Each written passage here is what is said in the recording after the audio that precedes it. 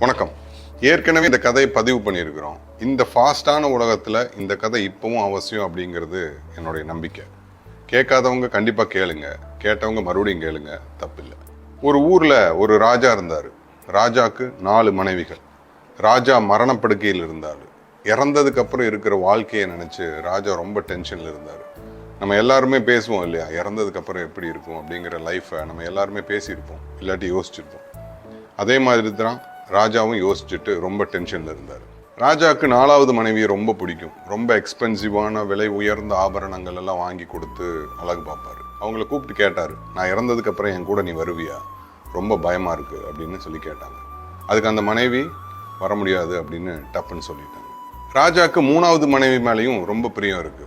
மற்ற மன்னர்கள் இளவரசர்கள்ட்ட எல்லாம் 3வது மனைவி பற்றி ரொம்ப பெருமையாக சொல்லி பேசிக்குவார். அந்த 3வது மனைவி கூப்பிட்டு கேட்டாங்க, நான் இறந்ததுக்கு அப்புறம் நீங்க வருவீங்களா அப்படின்னு. அதை கேட்ட 3வது மனைவி, அப்படியெல்லாம் நான் வர முடியாது, இன்ஃபேக்ட் நீங்க இறந்ததுக்கு அப்புறம் நான் இன்னொரு கல்யாணம் கூட பண்ணிப்பேன் அப்படின்னு ரொம்ப ஸ்ட்ராங்கா சொல்லிட்டாங்க. ராஜாவும் மனுஷன் தானே, பயங்கரமான டென்ஷன் மன உளைச்சல் எல்லாம் வரத்தானே செய்யும். அந்த மாதிரி டென்ஷன் மன உளைச்சல் எல்லாம் இருக்கிறப்பெல்லாம் 2வது மனைவி ரொம்ப பக்கபலமா நின்றுருக்காங்க.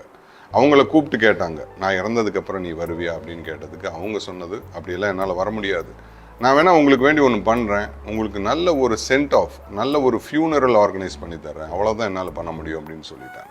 நீங்கள் எங்கே கூப்பிட்டாலும் நான் வர்றேன் அப்படின்னு ஒரு சத்தம் கேட்டுது. அது யாருன்னு திரும்பி பார்த்தா ராஜாவுடைய முதல் மனைவி.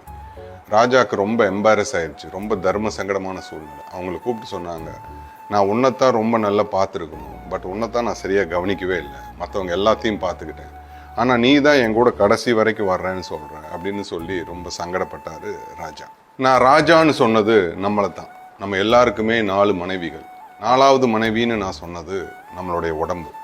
அந்த ராஜா விலை உயர்ந்த ஆபரணங்களை 4வது மனைவிக்கு கொடுத்து அழகு பார்ப்பாருன்னு சொன்னேன். நாமளும் விலை உயர்ந்த எக்ஸ்பென்சிவான ட்ரெஸ்ஸு போட்டுக்குவோம், ஜுவல்லரிஸ் போட்டுக்குவோம் நம்ம உடம்புல. ஆனால் அந்த 4வது மனைவி வரமாட்டேன்னு சொன்னாங்க. அதே மாதிரி நாம் இறந்தா நம்ம உடம்பு நம்ம கூட வராது. 3வது மனைவின்னு நான் சொன்னது நம்மளுடைய சொத்து சுகங்கள், வீடு, கார், பங்களா, இதெல்லாம் தான். அந்த ராஜா மற்ற மன்னர்கள் கிட்ட தன்னுடைய 3வது மனைவியை பற்றி சொல்லி பெருமைப்பட்டுக்குவாருன்னு சொன்னேன். அதே மாதிரி நம்மளுடைய சொத்து சுகங்களை காமிச்சு நம்ம மற்றவங்கள்ட்ட பெருமையாக பேசிக்குவோம். அந்த 3வது மனைவி சொன்னாங்க, நீங்கள் இறந்ததுக்கப்புறம் நான் இன்னொரு கல்யாணம் பண்ணிடுவேன், நாம் இறந்ததுக்கப்புறம் நம்ம சொத்து இன்னொரு பேருக்கு மாறி போயிடும், அதுதான் உண்மை. அந்த 2வது மனைவியை ரெப்ரசன்ட் பண்ணுறது நம்மளுடைய சொந்த பந்தங்கள், ஃபேமிலி அண்ட் ஃப்ரெண்ட்ஸ். ஒரு பிரச்சனைனா வருவாங்க, நிற்பாங்க, சார்ட் அவுட் பண்ணுவாங்க, பட் போயிடுவாங்க. முதல் மனைவி நான் எங்கே போனாலும் உங்கள் கூட வரேன்னு சொன்னது நம்மளுடைய ஆன்மா. எஸ், நம்ம உடம்பு ரொம்ப முக்கியம். நல்ல எக்ஸ்பென்சிவான ட்ரெஸ்ஸு, விலை உயர்ந்த ஆபரணங்கள் எல்லாம் போடுறதுக்கு உடம்பு ரொம்ப முக்கியம். உடம்பை நல்லா பார்த்துக்கலாம். சொத்து ரொம்ப அவசியம்தான், அதுக்காக சொத்து மட்டுமே வாழ்க்கை கிடையாது. சொந்த பந்தங்கள் எல்லாத்தையும் ரொம்ப நல்லா மதிக்கலாம், நல்லபடியாக நடத்தலாம். எல்லாத்த விட முக்கியம் நம்மளுடைய ஆன்மா. எப்பவுமே கொஞ்சம் தனியாக இருக்கிறதுக்கு முயற்சி பண்ணுங்க. எல்லா நாளும் ஒரு 15 நிமிஷம் அமைதியாக இருக்கிறதுக்கு முயற்சி பண்ணுங்க. கண்ணை மூடி யோசிங்க. ஒரு அமைதி வாழ்க்கைக்கு ரொம்ப முக்கியம். மெடிடேட் பண்ணுங்க. எந்த சாமியா இருந்தாலும் கும்பிடுங்க. யாருமே யாருக்குமே கெட்டது நினைக்க மாட்டாங்க. இந்த பதிவிலிருந்து நமக்கு கிடைக்கக்கூடிய மாரல், உள் மனசு நம்ம கிட்ட பொய் சொல்லாது. நாம வேணா நிறைய பொய் சொல்லுவோம். நமக்குள்ள நாம கேள்வி கேட்கிற போது அமைதியான அந்த உள் மனசு ரொம்ப சரியா சில விஷயங்களை காட்டி கொடுக்கும். நீங்க தனியா உட்காந்து உங்க உள் மனசை கேளுங்க, அது பதில் சொல்லும். தனிமையை பழக்கப்படுத்தி கொண்டால் ஒட்டுதல் இல்லாத உறவு வளரும். இவ்வித உறவில் மற்றவர் மனசு புரியும்.